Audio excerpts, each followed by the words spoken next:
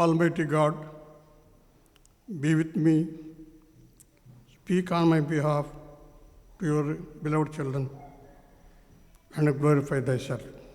Amen.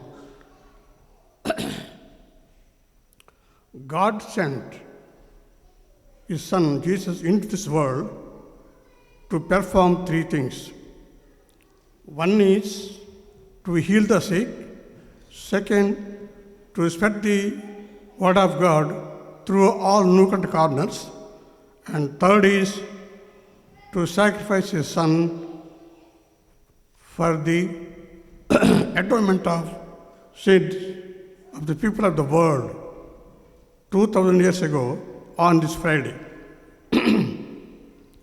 This Friday was called in the beginning Black Friday, then it became God's Friday, and today we call it Good Friday. On this Friday, since then, the Franciscan church members used to go in procession via Dolorosa, the way of sorrow, to Golgotha, the place of skull, by singing some songs.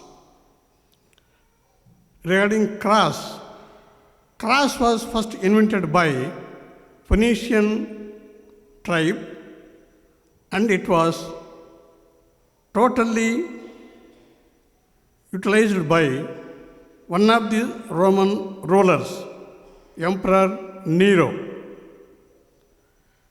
The significance of this cross was one man, 2 wooden pieces, 3 nails, 4 gospels, 5 wounds, 6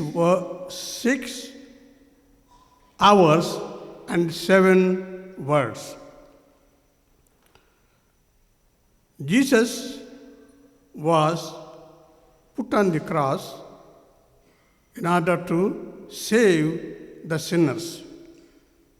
On the cross, he prayed to God, Father, forgive them, for they do not know what they are doing. Forgive them, for they do not know what they are doing. If you look into this closely, his suffering on the cross was nothing before what the people had done for him.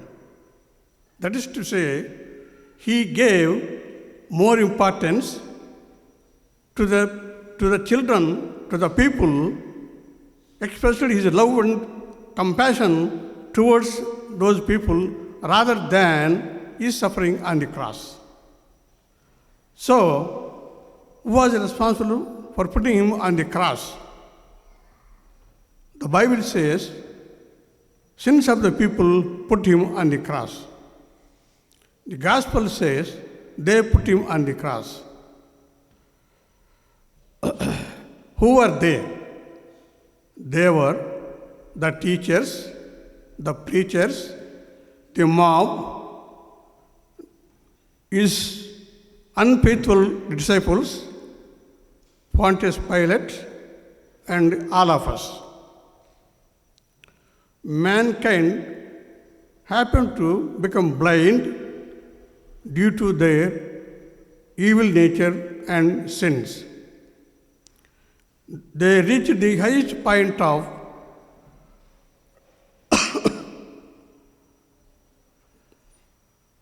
against the recording section, and they have to bow down to the evil nature.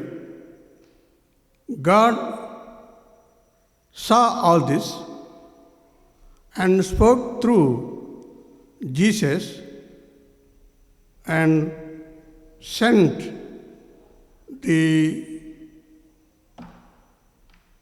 forgiveness to the people. This forgiveness for whom? It is for the teachers who hated him for no fault of his. This forgiveness is for the preachers who bought him for 30 silver coins from Judas Iscariot and who framed false allegations against him, which led him to the cross. Forgiveness to the mob, which was bought by the so-called preachers, just to shout, forgive, crucify him, in order to divert the attention of the people that gathered there. Then his unfaithful disciples, though they moved with him for 3 years and called him master, they forgot all that and hid themselves somewhere the nearby places in darkness. They could not make even a simple protest against the atrocities framed by them towards their master. Then Pilate, who was watching from his palace what was going on around Jesus Christ. Finally, you and me, all of us are responsible for putting Christ on the cross. Having seen all this forgiveness has become a pivotal role in the life of every Christian. Forgiveness must be followed, observed by everybody. It is through our repentance. To observe forgiveness and give importance to that, first of all, we must repent ourselves. In every speeches or preachings of Jesus, we find initially these two words, forgiveness and love. Forgiveness and love. If you squeeze the whole New Testament, you find these two words only in the Bible, and God wants us to follow them as far as possible and set an example to others also. Forgiveness is the most important thing, and it is a gift from the cross. Forgiveness is like hallmark and most important in the part of every Christian.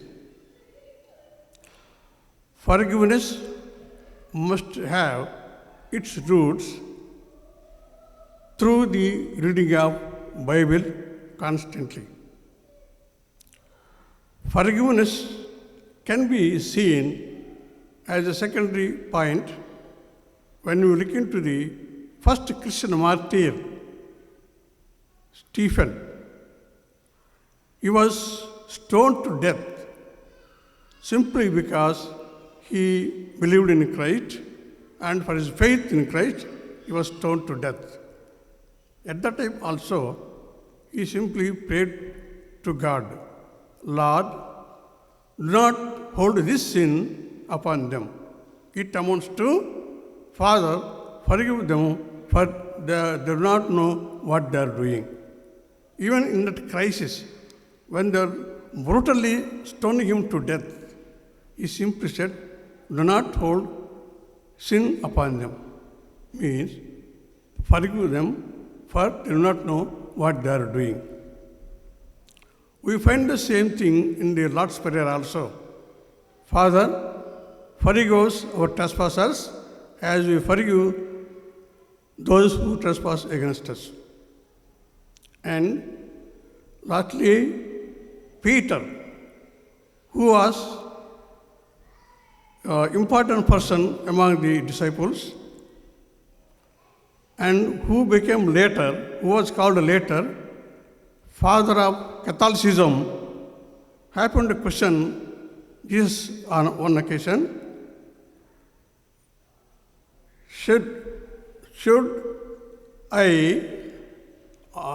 should I forgive the sins of my brother 7 times?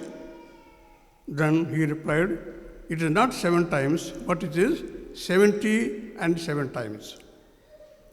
So, this forgiveness is very important, and it is where there is forgiveness, there is peace and salvation.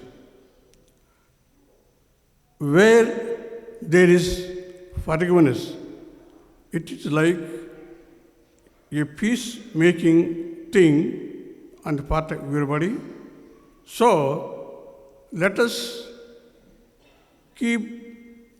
carry the cross of Christ on our shoulders and move through the narrow path of forgiveness towards achieving salvation.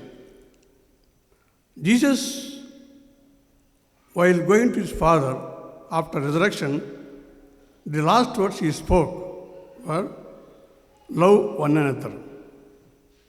Love one another. If you look into the word on the cross, INRI, Iesu Nazareanus Rex Judaearum. Iesu Nazareanus Rex Judaearum means Jesus of Nazareth, King of Jews. While Pilate was writing those words, after putting it on the head of the cross, he liked that word. He liked indirectly that Jesus, King of the Jews, is acceptable to him also. And at the same time, he was commanding the Jews to accept him as their king.